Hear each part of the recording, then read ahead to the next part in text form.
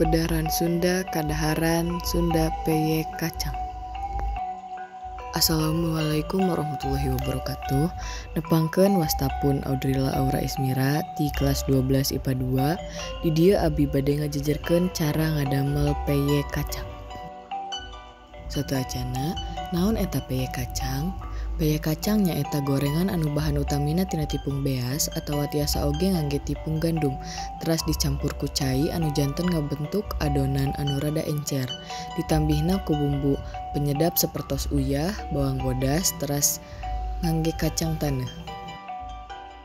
Salajengna parabot anu diangge kangge ngadamel peye kacang nyaeta peso, piring, sendok, baskom, susuk, katel. Salianti parabot nyaeta nu kedah aya bahan-bahan. Setengah kilo tepung beas, saparapat kilo aci, saparapat kacang, 5 lamar daun jeruk, kaldu hayam bubuk sacukupna, uyah sacukupna 2 siki muncang, setengah sendok katuncar bubuk.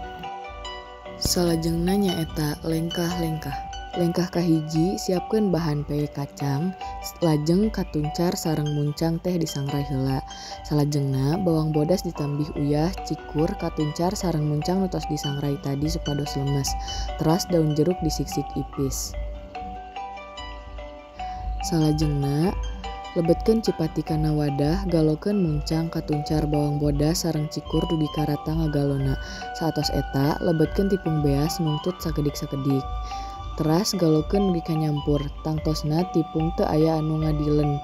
Lebetkeun siksikan daun jeruk, galokeun dugikeun karata. Teras siapkeun lisah, antosan dugikeun ka panas.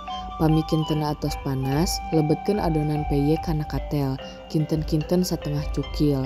Pami tos rada kacoklatan, peyek teh tos asak. Peyek tos tiasa diangkat teras dituuskeun, salajengna tiasa disuguhkeun. Sakitu wae nu tiasa kusim kuring dipikahatur, hatur nuhun kana pahartosanana. Wassalamualaikum warahmatullahi wabarakatuh.